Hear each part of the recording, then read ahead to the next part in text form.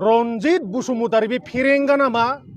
फेरेंगा बियार फेरेंगा नामा खालि फैसा फैसा फैसा बहा सोरनिफ्राय पार्सेन्ट लानांगौ सोरनिफ्राय मा लानांगौ बिथाङा खालि फैसाल' धान्दा मारिबाय थायो हो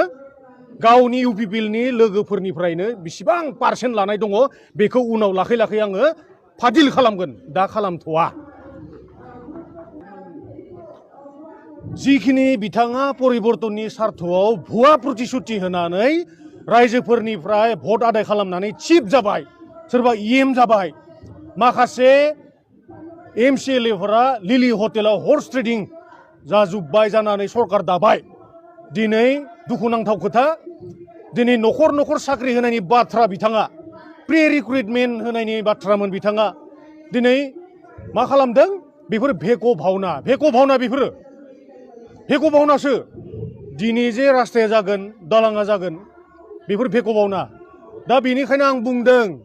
17 बोसोराव हाग्रामा महिलारि सारखौ बिथांमोना बुंबाय थायो रायबाय थायो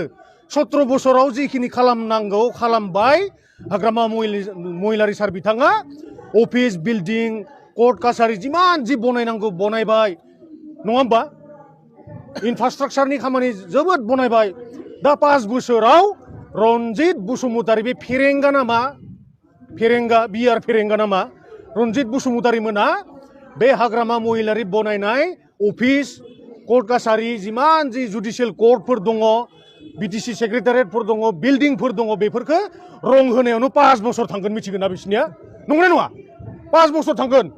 दा दाख्लै बावै 28 तारिखआव जइन जानाया मा बुंदों बिसोरो थ' जों थाफा साख्रि मोनगोन बायदिसिना मोनगोन न' बां मोनगोन मुथै नङा बियो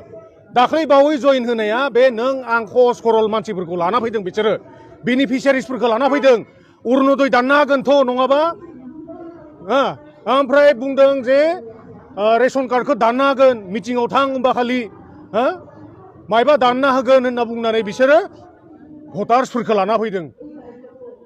दा इसिबां गोख्रों सरकार थानायाव नङा होमबा बिथांमोना मानो गिनांगौ बेसो खोथा